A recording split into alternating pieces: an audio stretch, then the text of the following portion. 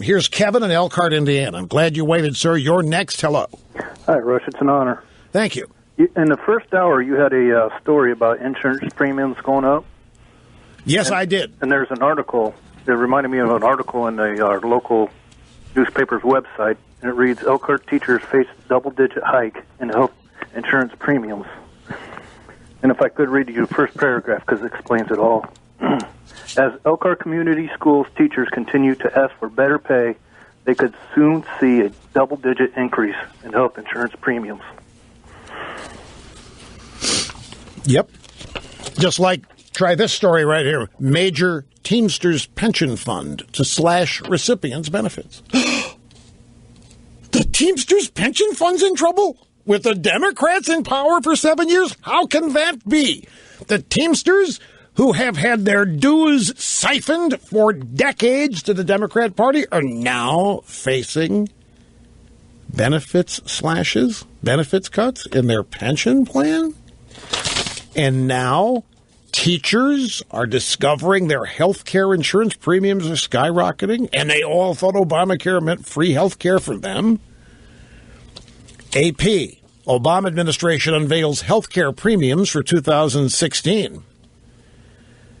This story does not give numbers in terms of percentages of how much the premiums are going up. They use this number of average 9% of Americans are still uninsured. How can there be anybody uninsured? That was the whole point of Obamacare. How in the hell can there still be the uninsured out there? Insurance premium increase of 85%, a stunner in Santa Cruz. This is the story the caller's referring to. The owners of the sock shop and shoe company face a stunning 85% increase in the cost of group health insurance for their employees. Eric Gill, co-owner, said when you're doubling the cost, it's threatening. His wife said one choice is the nuclear option. Don't offer insurance. That's not what they expect. It says right here. This is the Santa Cruz Sentinel, left-wing newspaper. That's not what they expected from the Affordable Care Act. Notice they still don't call it Obamacare in the left-wing media. That's not what they expected from Obamacare. They thought rates might go up 10 to 12%. And they hoped that as more people got coverage, the cost would come down, but that isn't happening. They're looking at 85% increases. November 1 starts the new season of signups for Obamacare. Like, it's just a week away. 85%. By the way, that's by design. These people have no choice. They have to offload everything to the government. They can't stay in business, doubling the premiums for their employees. They just can't. And Trump made a point the other day when he said, yeah, the premiums are one thing. The deductibles are so high that people aren't even going to be able to use them. There's no escape. The whole point of Obamacare is single-payer health insurance in a few years. After years like this, with premiums doubling or more, where people just can't pay them. They have to make alternative arrangements. And the law requires that their employees have health insurance.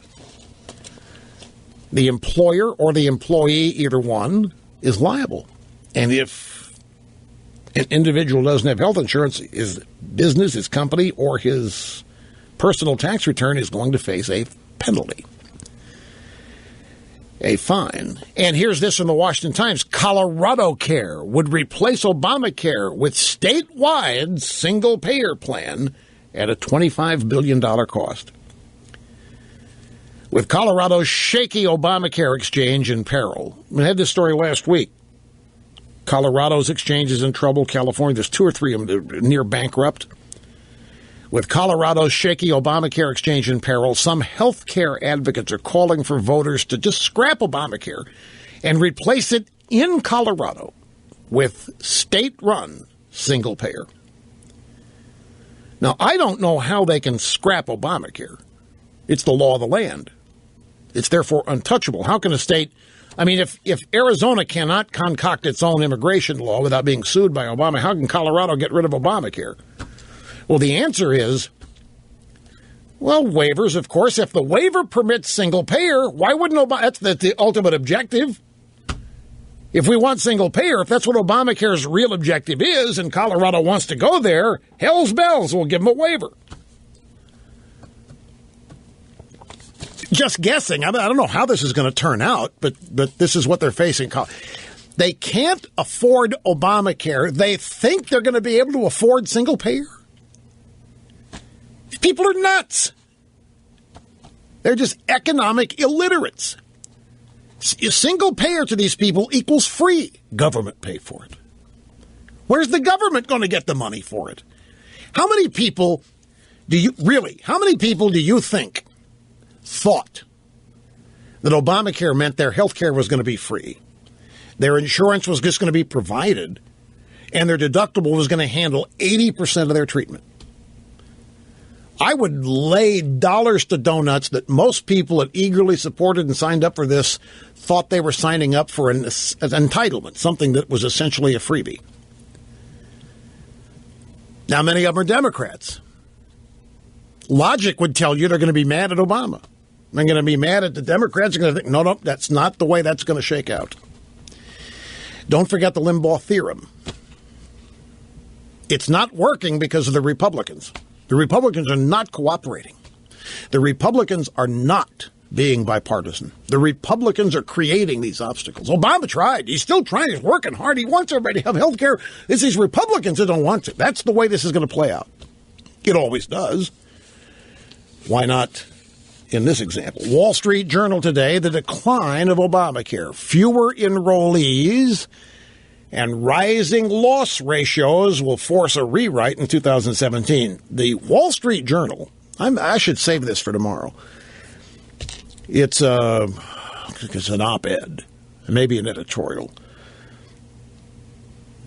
But they think because recruitment for 2015 was barely 70% of the projection, and the projection for this year is half is going to be realized, what they need to keep it solvent.